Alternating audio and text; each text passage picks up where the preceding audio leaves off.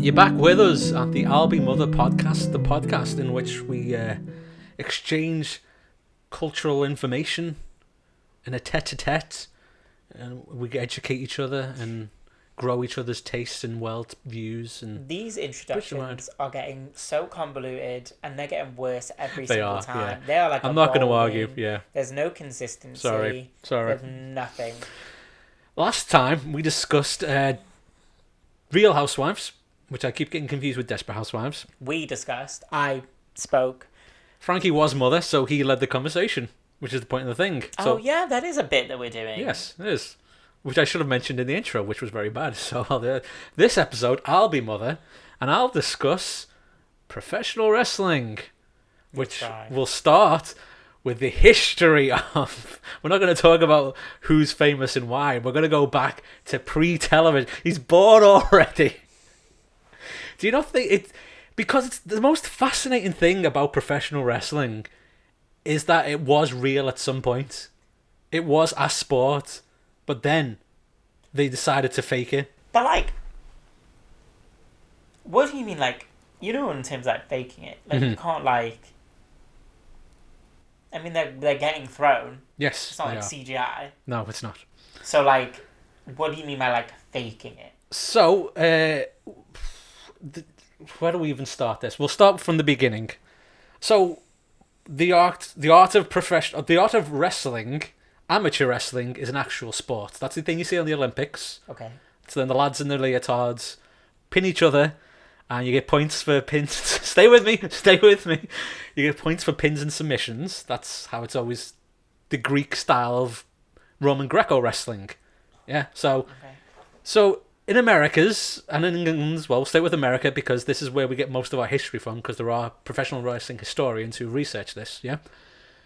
They were trying to do wrestling and boxing cards. Come see the boxing match. Come see the wrestling match. Yeah. But the thing about amateur wrestling is that you can get someone in a hold and hold them in it, and if they don't tap out or move, you can stay in the hold for as long as you want. Yeah. So essentially, what happened was, we're going off one person's historical recording here. So, they're trying to sell tickets to this. People aren't showing up because nothing's happening. There's one very famous incident where one guy gets a guy in a headlock gets him in a hold for 4 hours straight, and everyone's just leaving the venue. So after that happens, the guy who's promoting the card, the real fight promoter who also does real fights, yeah, comes up to them and says, "Lads, this can't happen. We're losing a lot of fans. We're going to Chicago and fucking Boston, let's say, in the next 2 days. So what we're going to do is wrestle around for 4 minutes. If no one's won legitimately by then, you can win in Boston and you can win in Chicago." And that's how professional wrestling started. Huh. And at the same time this is happening, there's also circus wrestling. So, you know, the big top circus is going through town. This is how old this is. This is like before television. Come see the freaks and the geeks. Okay. There'd be a fight tent. So your teen years, yeah. So they set up the fight tents, yeah? Yeah. The idea was, we'll put on some shows there, get people in to support the fights. But they also did challenge the wrestler. So who's the tough guy in town that could come beat this fighter? Which would usually be like, you know, a drunk fucking trucker would get up there and go, "I could take him," and they'd like stomp on the head as they were getting into the ring to dizzy them. Like just like a random. Yeah, random people from the crowd could challenge, and they would. So like a not a planted person. Sure, yeah. Okay. And they were doing that in England as well at the same time, and as late as the 80s, they were still doing that in Blackpool. So this was still happening. Obviously, you know, lawsuits and stuff knocked that dead on the head. But because word was getting around that you couldn't beat this guy because he would just knock the fuck out of you, they started putting plants in the audience. Okay. Which is when the fight started becoming worked. Because Roman Greco wrestling, hold, throw, the guy's like, "We're going to go out there tonight and we've got to put on a 15-minute show.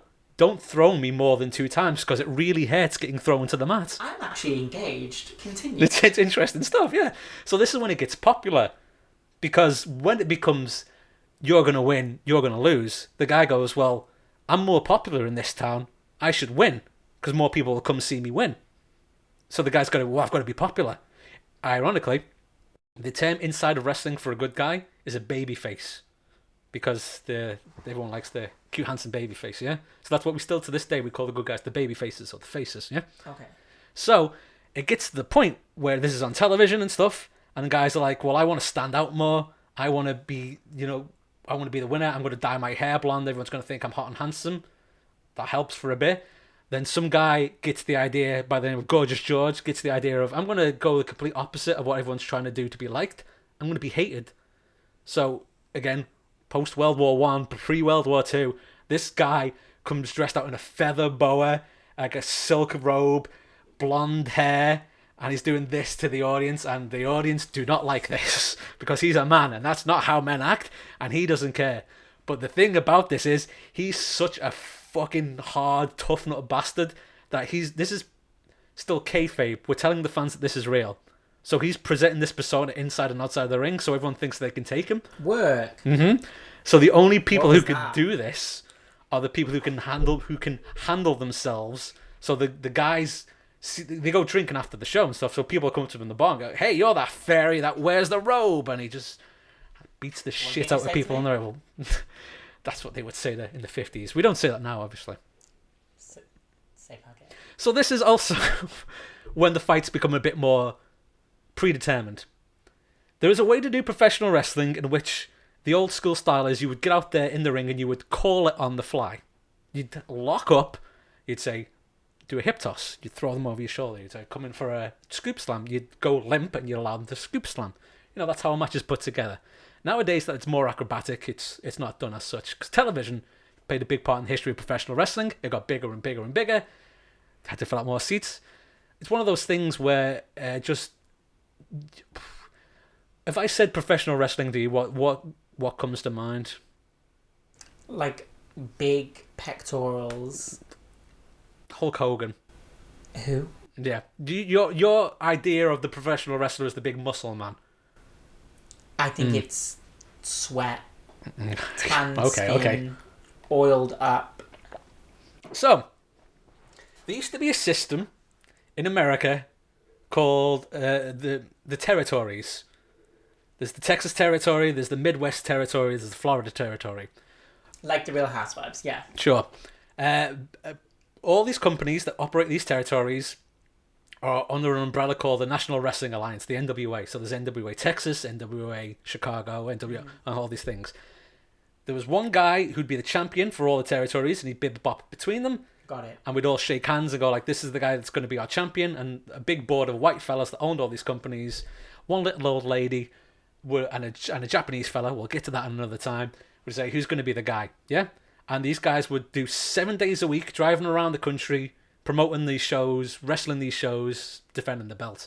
At one point, there is a situation where the guy shoots on the fella he's meant to be working with, which means he thinks he should win the match. So he goes against the system and tries to win the match. So that's when the NWA decide that that's why we have to decide who's going to win together. And we have to make sure that whoever wins is not only an entertaining and attractive guy that will get fans in, but also handle himself in the ring, which is where we get legends like Harley Race from, who's just like a tough motherfucker who beats the shit out of anyone, but also knows the business and knows when to lay down. But anyway, this is the system territory, yeah? Okay. This is operating for a long time until television gets bigger, becomes cable television, which is when we get the introduction of the real-life villain of this story, Vince McMahon. Okay. I'm picturing him as Vincent D'Onofrio. Sure. Do what you gotta do. So Vince McMahon's father owns the New York territory. He's part of the board, yeah? Mm-hmm.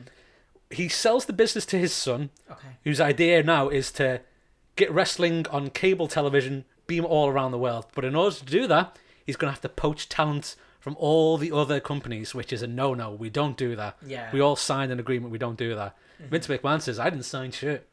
This is how we're doing things now. And essentially, long story short, he wins. He gets on television, on MTV. He steals Hulk Hogan, Sergeant Slaughter, all the big names from all the little companies. Sergeant what? Sergeant Slaughter. He was a drill sergeant. I think it's Sergeant Slot. No. Okay. And he invents a television pay-per-view event called WrestleMania. You've heard of that because it's a big cross-cultural phenomenon, yeah? By the way, what era is this taking place in? The 80s, this is now. I don't know why, because even though you said TV, I was still picturing, like, like the Victorian. Yeah, well, like it started off as like black and white television. I got but it's been a big thing since like silent television. There was like like that, Yeah. like very much like looking at that little eye thing, and then there's like pictures. Well, that's how long it's been around for. Go on, continue. Yeah, but this is the whole new world of the 80s. We're in the 80s. Yeah, so Cyndi Lauper gets involved in this. Why? Because Girls Want to Have Fun was a big thing, and they were the MTV generation. They went to MTV, so can we have wrestling on? Cyndi Lauper will help promote it. Cyndi Lauper gets involved in an angle, which is a storyline, in which, God, what happened? Basically, Hulk Hogan was the big good guy, and Roddy Piper, who was a Canadian man who wore a Scottish kilt, was the big bad guy, and he was like, "Oh, I don't want all these fake people in my business." So he Mr. T is involved at this point as well. You remember Mr. T? I remember. So the idea was they would have a match in which he had a wrestling match with Mr. T because he was popular as. But this is still the 80s. Still the old school mentalities of still about with some people from the territory system. Roddy Piper says, "I'm not going to have a wrestling match with him because he's not a wrestler. I'm a professional wrestler. This is what I do. This is what I believe in. This is what I was taught. I'll have a boxing match with him instead."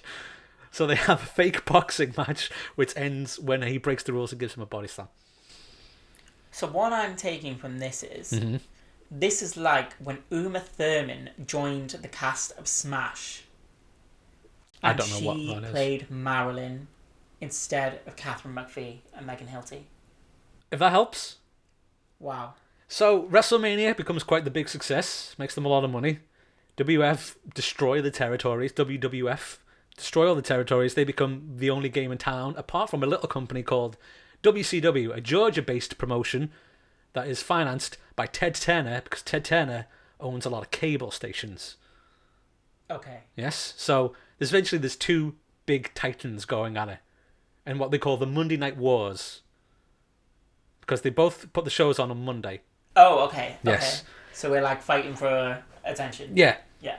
Audience. Here's where it gets interesting. So, wrestling used to be black and white. The fellas watching it at the show going, "We don't like him, we don't like him."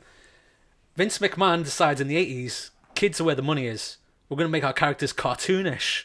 They're all going to have like jobs. There's going to be guys like a plumber. There's a guy who's a dentist. There's a guy who's a zombie.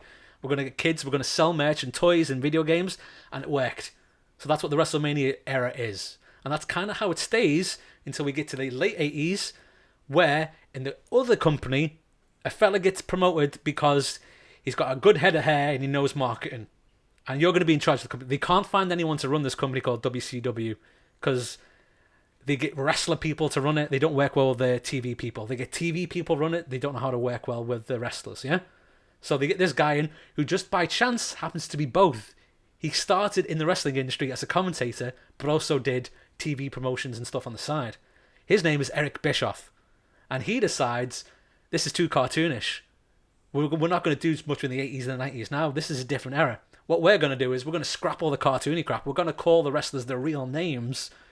So when one wrestler named Kevin Nash leaves the WWF and goes to WCW, he doesn't appear as his wrestling character, Diesel. He appears as Kevin Nash. And he's talking on live TV at WCW about that place he came from and how they're all boys and this is where the big boys play. This is where the men wrestle. And that starts the big 10 of WF versus WCW. The angles become more real with the inclusion of the NWO. Okay? So, in wrestling, Frankie, we have these things called factions. Stay with me now. Right. This was stolen from Japanese wrestling, which stole it from sumo. Which stole it from Divergent. I'm just going to keep ploughing ahead with this. I know how uninteresting this is, but I'm going to keep going. So in sumo, you have stables of wrestlers, because you have like 5 sumo wrestlers. Sumo's a real thing. It's a real sport. And whoever wins the most matches of your stable wins. It's the stable that wins, not the wrestler, yeah? Mm-hmm. So the Japanese started doing that as a way of bringing up other talents. So there's this guy called, I don't know, Jushin Thunder Liger, who's really popular. We'll put a guy who's not popular with him, and he'll get more popular. So he's got a stable of mates, yeah? So Eric Bischoff sees that and goes, that's an idea, let's do that over here.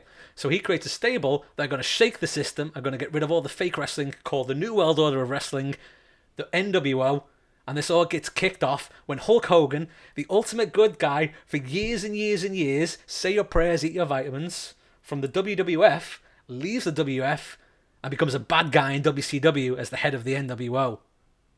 The comic book era is over. It's all real now. It's all violence. It's all gore. It's all tits. This is where the cheerleaders start coming out. This is where the divas start coming out. WF has to get more violence to compete with them. There's a third company in the middle called ECW, Extreme Championship Wrestling, that have been doing this much longer. They're not on the big channels, they're on the late night channels, and there is extreme wrestling, it's violent wrestling, it's hardcore wrestling, it's blood and it's guts, it's people hitting each other with barbed wire and flowing fire and going through tables and boobies, yeah? So they're stealing the ideas from each other and becoming more and more popular. And this crescendos in the 90s with the Attitude Era, which is where Stone Cold Steve Austin becomes the figurehead, because it's always been the main guys, been the good guys, say your prayers, eat your vitamins. This is who the kids can look up to. But in the 90s, Stone Cold Steve Austin is a redneck badass from hell. He beats up his boss. He doesn't take no guff from nobody. He becomes famous in a segment in the King of the Ring, in which he's doing which is the name of a tournament. Yes, he's scheduled to do a match with a guy called Jake the Snake Robert, who used to be a big pillhead, but he reformed, found Christ, didn't last long. Started using Christian stuff in his promos, and Stone Cold gets wind of this, beats Jake the Snake Roberts, and he goes, "You can sit there and you can thump your Bible with your John 3:16 and your Mark 3:16. Austin 3:16 says I just whipped your ass," and he said ass on television. And everyone went, "Oh!" But it's also the young. Hold on, they've been doing all this and they can't say ass. I'm not at this point in the early 90s. Was that a swear word then? On cable television, yeah, sure. It was grey area, but essentially we get from the 90s to the 2000s, it's a completely different world. It's all genuine by that one moment where he said Austin 3:16 said I kissed your ass. Okay. And then it becomes the South Park era. You know, it's the extreme sports.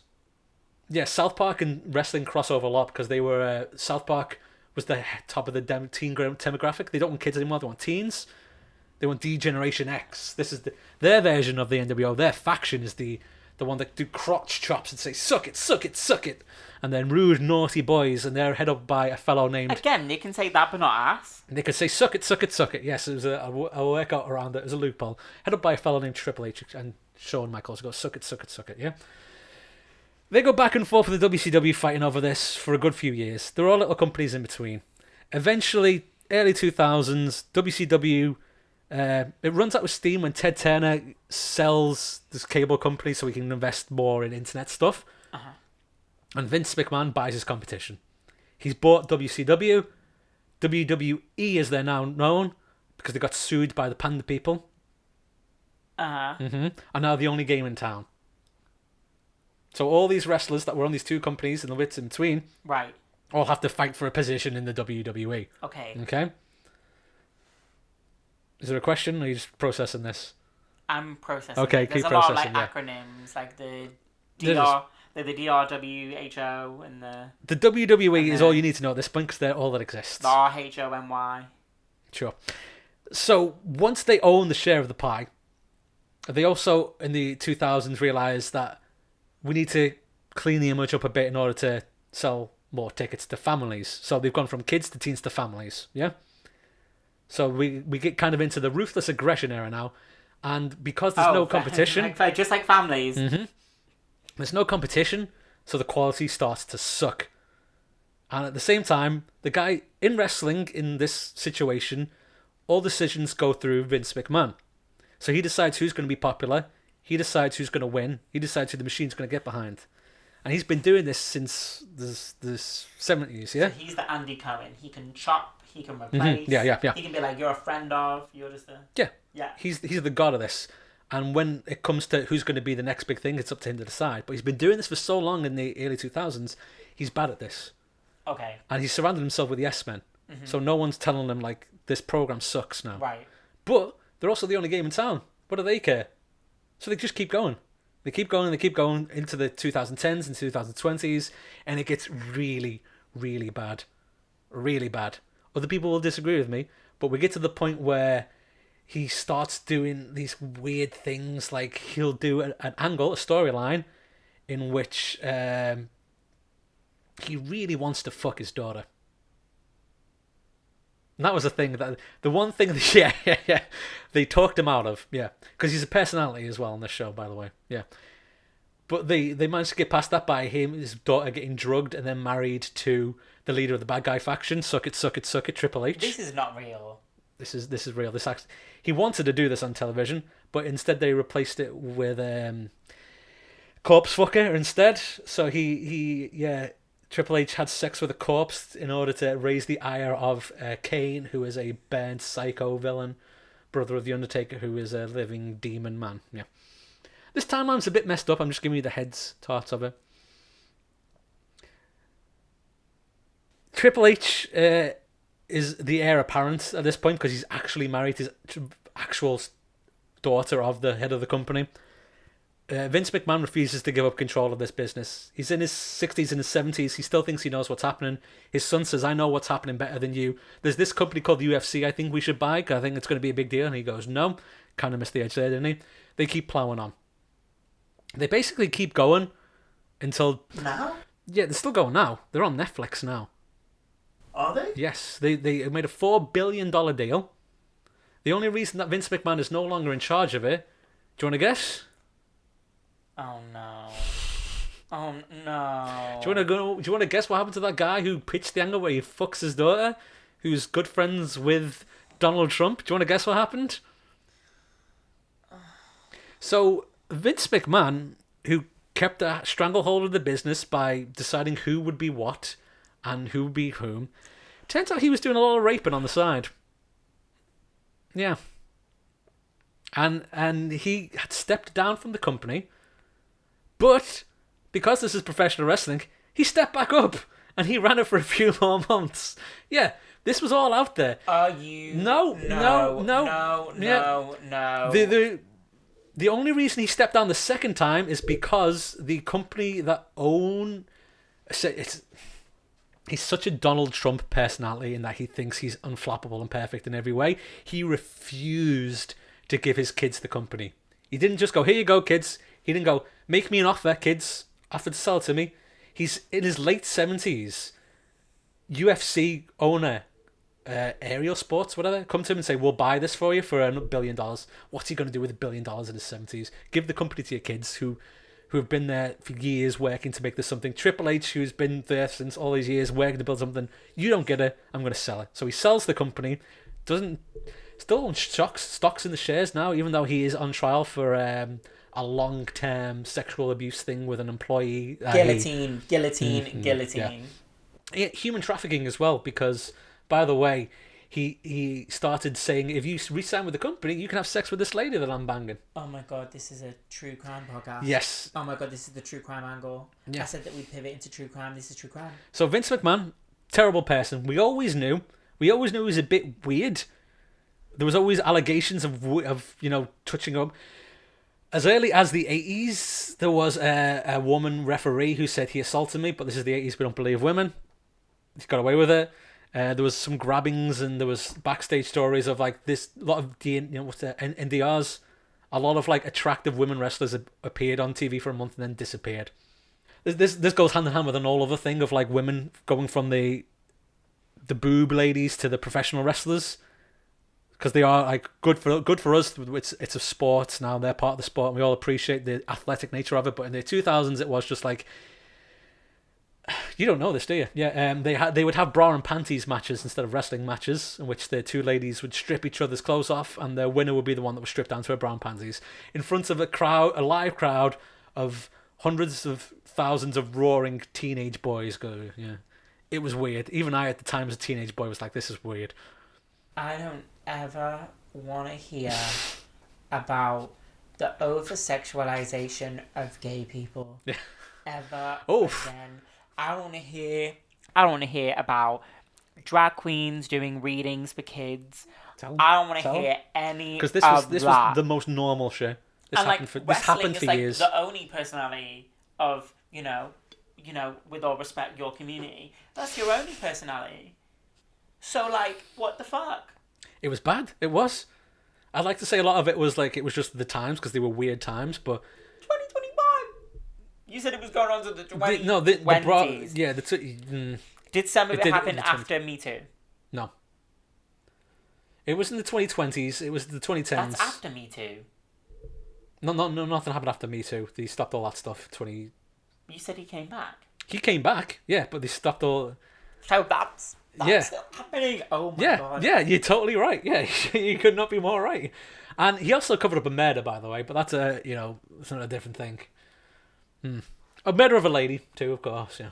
You know what? If this guy is walking free, He is. Free, the Real Housewives I mentioned in the previous episode. You know the one who scammed old people? Not looking so bad now, is it? Cult leader?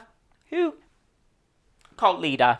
Oh yeah, yeah. And a real one. And a $4 billion richer guy. They made a documentary of his life on Netflix to coincide the Netflix launch of the show, and the accusations,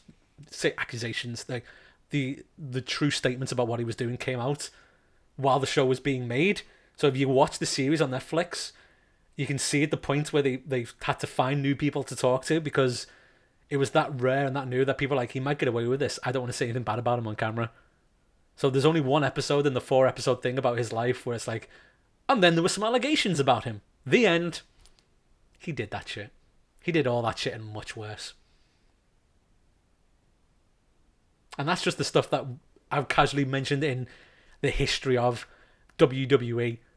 There are other people and other promotions, sure. It's a weird business to attract the weird people, but he's the one that made the most money out of it for the most time. But there's good news, Frankie. Do you want to know the good news? At this point, please give me any level. They were the big game in town for the longest time until some 5 years ago now. A young autistic billionaire, God bless him, named Tony Khan, who'd been a lifelong wrestling fan all his life, said, I want to get into this wrestling business myself. So there were people that knew how bad things were in WWE, and they said, I'm not going there, it's a fucking shit show.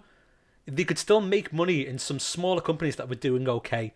There are three main guys, essentially.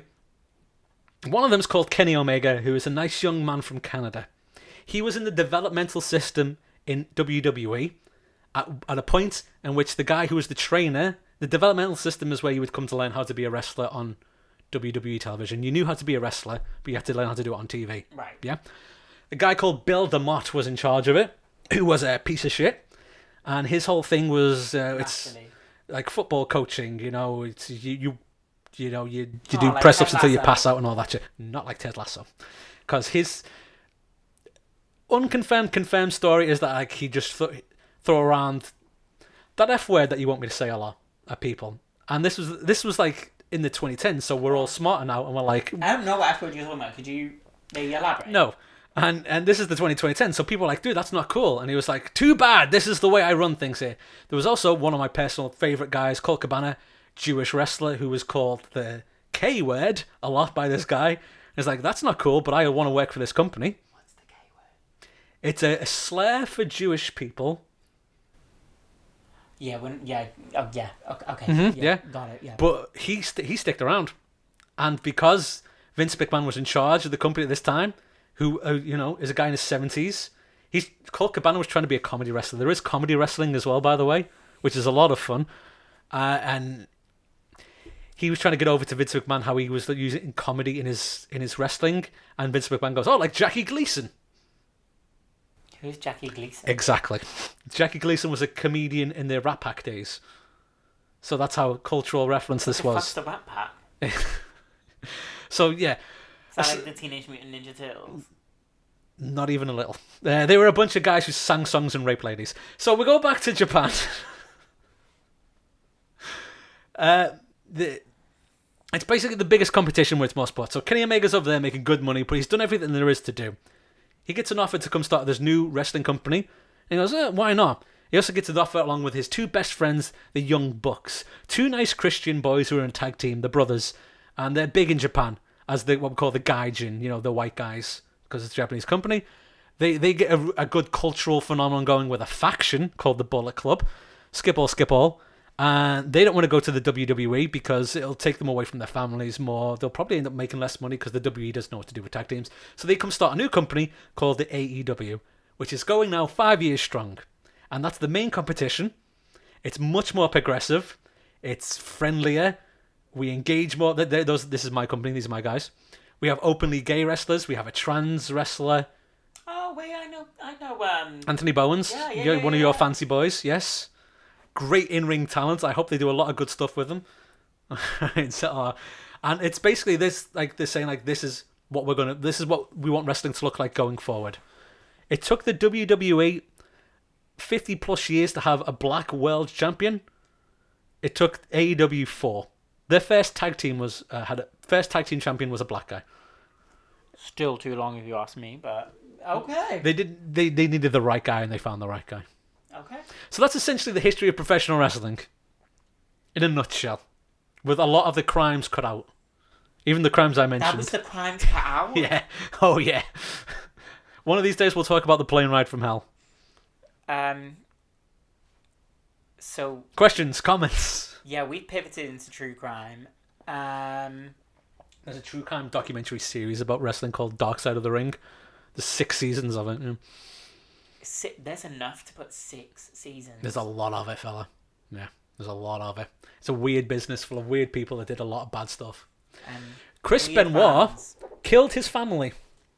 He was hit in the head so many times over his career. He went insane and he murdered his family. I'm done. Cut the camera. And he murdered his family. Good night, guys.